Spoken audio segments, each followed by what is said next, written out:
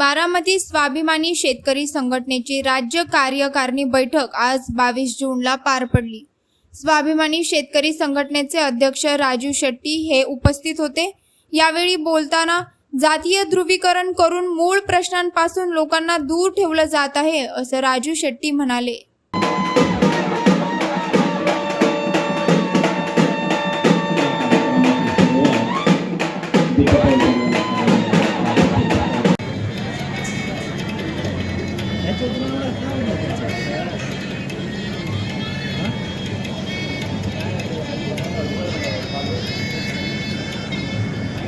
साहेब, तुम्ही बारामतीमध्ये राज्य कार्यकारिणीची बैठक घेत आहात, त्याच्या मागचा हेतू काय? आणि साधारणपणे आता सध्याच नुकत्याच लोकसभा निवडणुका संपलेल्या आहेत, पण पुन्हा विधानसभा सुरू आहे, तर त्या संदर्भात काय तुमच्या नेमक्या धोरणांची? सध्या महाराष्ट्रामध्ये चर्चा चालू आहे ती फक्त आणि फक्त राजकारणाची, पण ते राजकारणाच्या पलीकडे सर्वसामान्यांचे, शेतकऱ्यांचे, शेतमजुरांचे अनेक प्रश्न आहेत, विद्यार्थ्यांचे अनेक प्रश्न आहेत।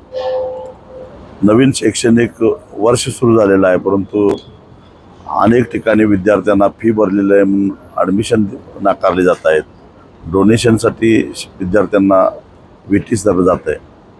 आणि हे सारे प्रश्न असताना जणू काही राजकारणाच्या पलीकडे आम्ही बघायचंच नाही अशा प्रकारे जे विचारांचं ध्रुवीकरण करण्याचा प्रयत्न होतोय आणि जातीय धार्मिक ध्रुवीकरण करून सर्वसामान्य माणसांना मूळ प्रश्नापासून बगल देण्याचा जो प्रयत्न आज होतोय, त्याच्या पलीकडे जाऊन महाराष्ट्रातल्या शेतकऱ्यांचे काही प्रश्न आहेत आणि त्या प्रश्नाकडे गांभीर्यानं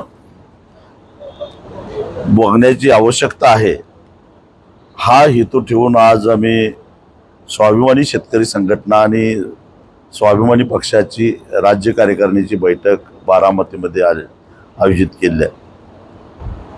आज महाराष्ट्राच्या ग्रामीण भागामध्ये जर बघितलं तर कापसाच्या दराचा प्रश्न आहे, सोयाबीनच्या दराचा प्रश्न आहे। ज्या पद्धतीनं उत्पादन खर्च प्रचंड वेगानं वाढतोय, त्या प्रमाणामध्ये कापसाला, सोयाबीनला किंवा कुठल्या शेतीमालाला भाव मिळत नाही। कांद्याचा प्रश्न हा केवळ सरकारच्या नाकर्तेपणामुळं, सरकारच्या शेतकरी विरोधी धोरणामुळं हा कांद्याचा प्रश्न निर्माण झालेला आहे। तीच परिस्थिती ऊसाच्या बाबतीत आहे। ऊस उत्पादक शेतकरी सरकारकडून काही अपेक्षा करत नव्हता, पण जगाच्या बाजारामध्ये विकलेली साखर, ती साखर जर का भारतीय साखर विकली गेली असती तर ऊस उत्पादकाला सरकारच्या बत्तीशिवाय चांगले पैसे मिळवता आले असते। इथेनॉलच्या संदर्भातलं दरसोडीचं धोरण असेल, असे सारे प्रश्न आहेत। आज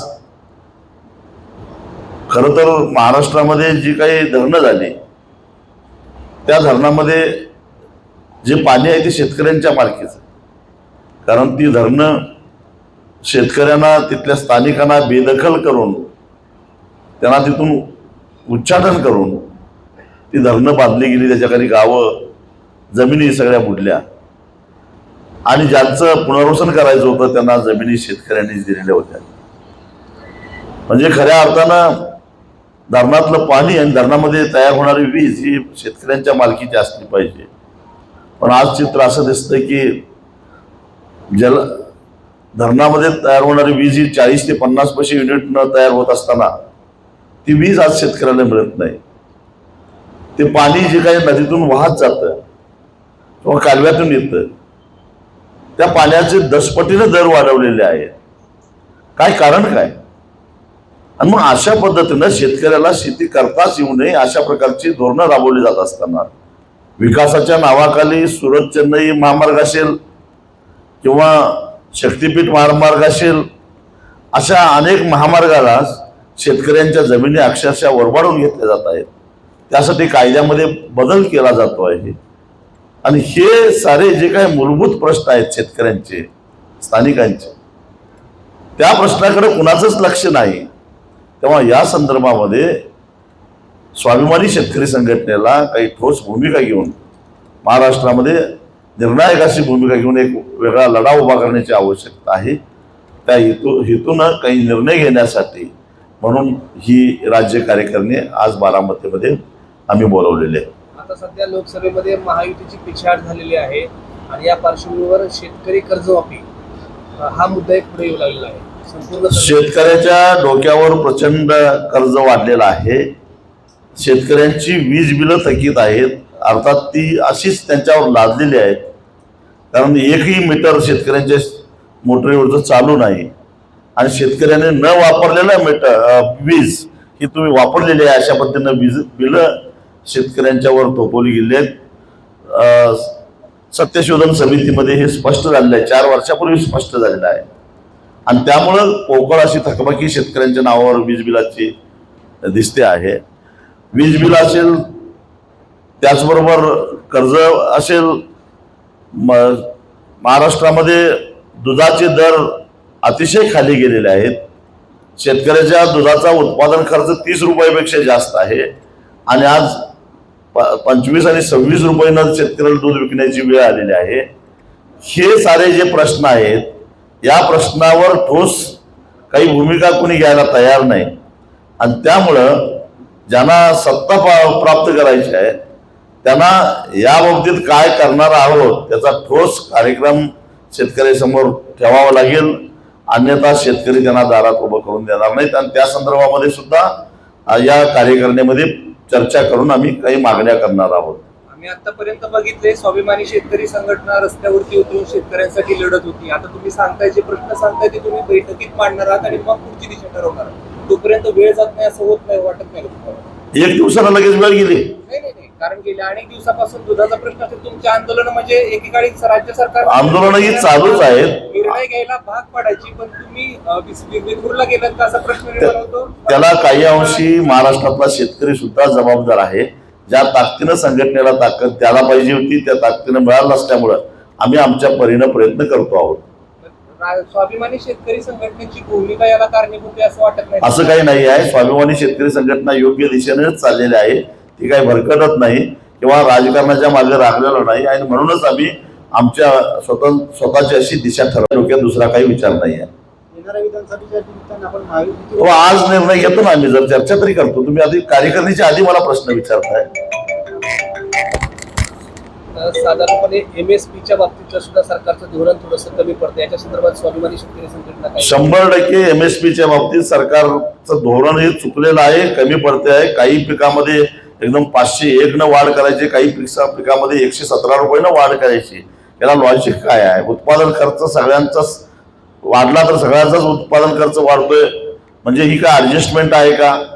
रासायनिक खताचे दर वाढलेले आहेत, विजेचे दर वाढलेले आहेत, मजुरीचे दर वाढलेले आहेत, त्याचबरोबर डिझेलचे दर वाढल्यामुळे मशागतीचा खर्च वाढलेला आहे.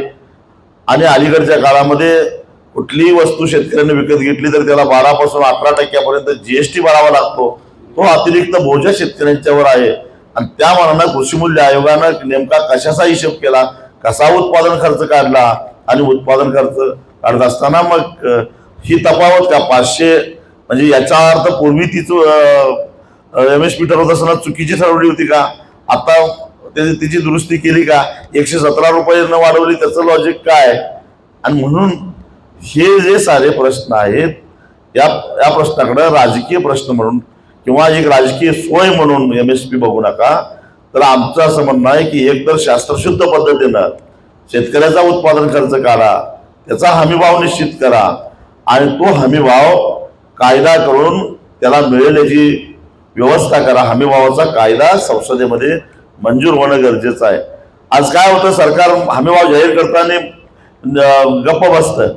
देशातल्या एकूण शेतीमालाच्या उत्पादनापैकी केवळ 6% उत्पादन सरकार खरेदी करतं.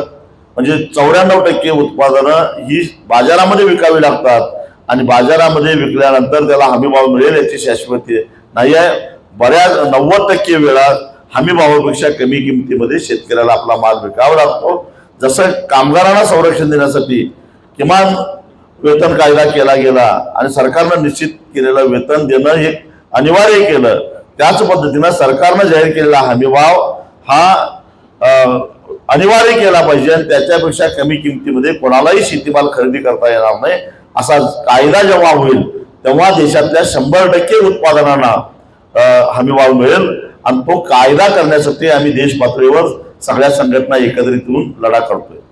ते खरेदी करत असताना शेतकऱ्यांना कीटकनाशकांची सक्ती केली जाते, अशा अनेक तक्रारी लोकांना म्हणजे आलेल्या आहेत शेतकऱ्यांच्या. खरं तर ही लिंकिंग पद्धतीचं जे काही माल खपवणं आहे, ज्याची गुणवत्ता नाही, ज्याला दर्जा नाही, असा माल, मग ते बियाणे असो, खतं असो किंवा सूक्ष्म अन्नद्रव्य असोत, टॉनिक असोत, हे शेतकऱ्यांच्या गाड्यामध्ये मारलेलं जातं. खरं तर कृषी खात्यानं याच्यावर लक्ष ठेवलं पाहिजे आणि अशा संबंधित कृषी सेवा केंद्रावर कडक कारवाई केली पाहिजे अशी आमची भूमिका आहे. अनेक ठिकाणी स्वाभिमानीचे कार्यकर्ते या विरोधामध्ये आंदोलन सुद्धा करत आहेत. अनेक ठिकाणी तुम्ही आंदोलनं केली, त्याचा इम्पॅक्ट देखील पडला. दूध दराच्या मागे 10 वर्षापूर्वी केलेलं आंदोलन असेल, साखरेसाठी केलेलं आंदोलन असेल, परंतु शेतकऱ्याचं फक्त राजकारण केलं जाते अद्यापपर्यंत. त्याला चांगले दिवस येणार तरी कधी? खरं तर महात्मा फुलेंपासून आजपर्यंत शेतकरी फक्त व्यथाच मांडत आला. त्याला नेमकी कारण काय ती शोध देतात? त्याचं कारण शेतकऱ्याचा व्यवसाय हा खाण्याशी संबंधित आहे, अन्नधान्याशी संबंधित आहे आणि अन्नधान्य हे सहजगत्या मिळालं पाहिजे, स्वस्तात मिळालं पाहिजे, जमलं तर फुकट मिळालं पाहिजे. अशा प्रकारची समाजाची ही जी मानसिकता आहे त्याला सरकार सुद्धा बळी पडतात. तेव्हा बऱ्याच वेळा शेतकरी विरोधी धोरणं राबवली जातात. ही मानसिकता जोपर्यंत बदलत नाही तोपर्यंत शेतकऱ्यांचे प्रश्न असेच राहणार, आमच्यासारखे लढत राहणार. लढा तीव्र झाला तर काही अंशी प्रश्न सुटणार, लढ्याची ताकद कमी पडली तर प्रश्न वाढत जाणार. हजारो वर्षाचे प्रश्न आहेत हे, शेतकऱ्याचे आजकालचे प्रश्न नाही आहेत. केवळ आरक्षणानं सगळे प्रश्न सुटतील हा भ्रम आहे. आज महाराष्ट्रामध्ये सगळेच घटक आरक्षणासाठी संघर्ष करतायत, पण आरक्षणाच्या पलीकडे अनेक प्रश्न आहेत. ते प्रश्न सोडवले गेले नाही तर महाराष्ट्रातले नाही, देशातल्या सर्वसामान्यांचे प्रश्न सुटणार नाहीत. आरक्षण आवश्यकच आहे, कारण तो शाहू महाराजांनी या आरक्षणाची सुरुवात केली. जो दुर्बल असेल, दुबळा असेल, आर्थिकदृष्ट्या मागे पडलेला असेल, त्याला सगळ्यांच्या बरोबर आणण्यासाठी नोकऱ्यामध्ये आरक्षण दिलं तर ती एक संधी निर्माण होते. पण एक लक्षात घ्या, 100% लोक नोकरी करू शकत नाहीत. त्यामुळं आरक्षण दिलं तरी 100% लोकांना फायदा होऊ शकत नाही. या उलट विद्यार्थ्यांच्यासाठी काही योजना राबवल्या तर विद्यार्थ्यांची शिक्षण पूर्ण होतील. शेतकऱ्यांच्यासाठी काही योजना राबवल्या तर जवळपास 70% लोक शेती करतात, त्यांची आर्थिक स्थिती सुधारेल. कामगारांच्यासाठी काही योजना राबवल्या तर जे सरकारी नोकरीत नाहीत पण खाजगी क्षेत्रामध्ये काम करतात त्यांचे प्रश्न मार्गाला लागतील. अशा वेगवेगळ्या घटकांच्याकडे सुद्धा लक्ष देणं तितकंच गरजेचं आहे. मग ते कुठल्याही जातीचे असोत, धर्माचे असोत, त्यांना या सगळ्या गोष्टीची आवश्यकता आहे. राज्याच्या जलसंपदा विभागानं शेतीला लागणाऱ्या पाणीपट्टीमध्ये 10 पटीने वाढ केली. मी आत्ताच त्याचा उल्लेख केला आणि हे खरं तर म्हणजे याची तुलना औरंगजेबाच्या जिजिया कराशी होऊ शकते.